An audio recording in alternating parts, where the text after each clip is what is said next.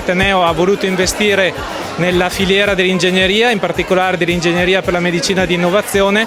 Ha istituito questo corso di laurea 3 anni fa, ma ha anche istituito un dipartimento di ingegneria per la medicina e innovazione dove i ragazzi hanno potuto toccare con mano quella che è la ricerca e l'innovazione in ambito dell'ingegneria per l'ambito medicale sostanzialmente. Quindi in questo contesto si sviluppano ricerche che portano alla realizzazione di sistemi robotici per la medicina, all'elaborazione di dati e segnali che arrivano dal corpo umano per diagnosi, terapia, cura, riabilitazione, e di conseguenza è un percorso virtuoso che l'Ateneo sta facendo anche in collaborazione con gli Atenei di Modena e di Trento, con cui abbiamo istituito questa laurea interateneo. È una collaborazione che abbiamo voluto con molta energia. Oggi arriva al suo primo compimento, no? Arriviamo a laureare un bel numero di ragazzi al terzo anno, ed è stato uno sforzo importante perché non è facile collimare interessi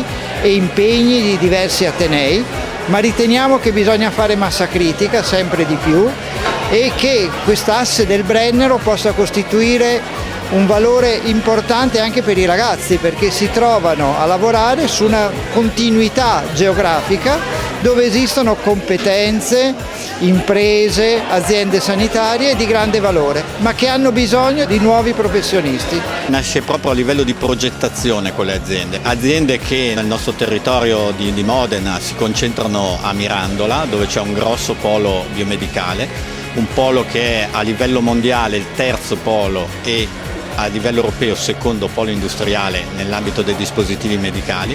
Con loro abbiamo definito questo primo percorso triennale.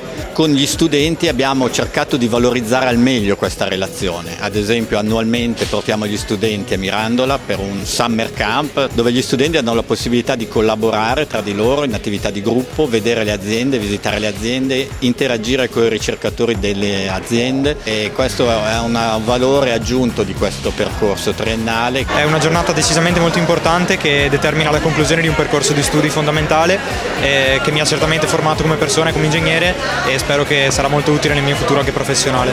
Io ho già iniziato la magistrale qui presso l'Università di Verona in Computer Engineering, e quindi spero insomma in un altro percorso ricco di soddisfazioni come è stato questo appena concluso, diciamo. Seguo un po' quelle che sono le mie passioni, i miei interessi, e speriamo che mi portino ad un futuro insomma ricco di soddisfazioni.